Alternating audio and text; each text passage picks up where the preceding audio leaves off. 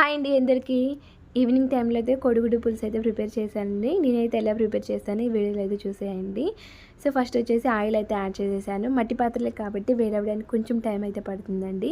Next వచ్చేసి తాలింపు గింజలు లైట్గా వేగిన తర్వాత ఆనియన్స్ అయితే యాడ్ చేసేసాను. కోడిగుడ్డు పులుసుకి ఆనియన్స్ అయితే ఎక్కువే ఉండాలి. నేను వచ్చేసి 3 అయితే కట్ చేశానండి, పెద్ద పెద్దవి. ఇక దాంట్లోకి వచ్చేసి సాల్ట్, పసుపు అయితే యాడ్ చేసేసాను. ఉప్పు యాడ్ చేసాం కాబట్టి తొందరగానే వేగిపోతాయండి. నెక్స్ట్ వచ్చేసి పచ్చిమిర్చి కూడా యాడ్ చేసేసాను. కారం కొంచెం తక్కువ యాడ్ చేద్దాము అనేసి పచ్చిమిర్చి కూడా 2 అయితే యాడ్ చేసేసాను. నెక్స్ట్ వచ్చేసి అప్పటికప్పుడు నూరిన అల్లం వెల్లుల్లి పేస్ట్ అయితే యాడ్ చేశాను. సో కచ్చా పచ్చాగా నూరైతే యాడ్ చేసేసానండి. అప్పటికప్పుడు నూరిన అల్లం వెల్లుల్లి పేస్ట్ అయితే టేస్ట్ అయితే చాలా బాగుంటుంది. ఇక నెక్స్ట్ వచ్చేసి కొంచెం మగ్గిన తర్వాత కారం అయితే యాడ్ చేశాను. కారం యాడ్ చేసిన తర్వాత ఒక 2 మినిట్స్ అలా అయితే వదిలేసాను, కారం స్మెల్ పోవడం కోసము. ఆల్రెడీ ఎగ్స్ అయితే బాయిల్ చేసి అయితే పక్కనైతే పెట్టేశానండి. ఎగ్స్ కూడా యాడ్ చేస్తాను. సో మొత్తం ఇలా ఒకసారి కలిపేసుకున్న తర్వాత ఆనియన్స్ అయితే మంచిగానే మగ్గాయండి. ఇక నెక్స్ట్ అయితే నేను ఎగ్స్ అయితే యాడ్ చేస్తున్నాను దీంట్లోకి. సాల్ట్ అయితే సరిపోయింది. ఒకవేళ సరిపోకపోతే లాస్ట్లో అయినా యాడ్ చేసుకోవచ్చు. ఇక ఎగ్స్ కూడా యాడ్ చేసేసాను. ఎగ్స్ కూడా కొంచెం కలర్ మారేంత వరకు ఉంచేసి ఒక 2 మినిట్స్ అలా అయితే వదిలేసానండి. ఇక నెక్స్ట్ అయితే చింతపండు పులుసు కూడా యాడ్ చేసేసాను. ఇక కరివేపాకు కూడా యాడ్ చేస్తున్నాను.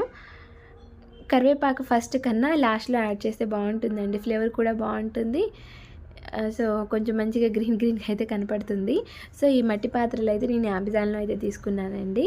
సో చాలా ప్యాకింగ్ అయితే చాలా బాగా అయితే వచ్చేసింది, చాలా స్ట్రాంగ్గా కూడా ఉన్నాయి.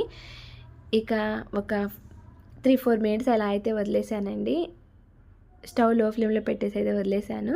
సో వేడివేడిగా కోడిగుడ్డు పులుసు అయితే రెడీ అయిపోయింది. కొత్తిమీర అయితే లేదు, నేను కొత్తిమీర యాడ్ చేయలేదు. ఉంటే మీరైతే యాడ్ చేసుకోండి. ఇక కొంచెం గరం మసాలా యాడ్ చేసి స్టవ్ అయితే ఆఫ్ చేసేసాను. సో ఇలా వేడివేడిగా కోడిగుడ్డు పులుసు అయితే రెడీ అయిపోయింది. వేడివేడి అన్నంలోకి వేడివేడి కోడిగుడ్డు పులుసు అయితే వేసుకొని తింటే చాలా అంటే చాలా బాగుంటుంది. సో నేను ఎప్పుడూ ఇలానే చేస్తాను. టేస్ట్ అయితే చాలా అంటే చాలా బాగుంటుందండి. సో మేము ఎక్కువగా ఏంటంటే సాటర్డే చేస్తాం, సాటర్డే ఈవినింగ్ చేస్తాం అనమాట. ఈవినింగ్ టైంలో అయితే అందరూ ఉంటాం.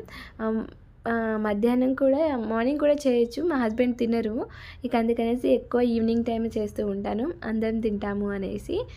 సో సాటర్డే వస్తే కంపల్సరీ ఈవినింగ్ టైంలో కోడిగుడ్డు అయితే ఉంటుందండి.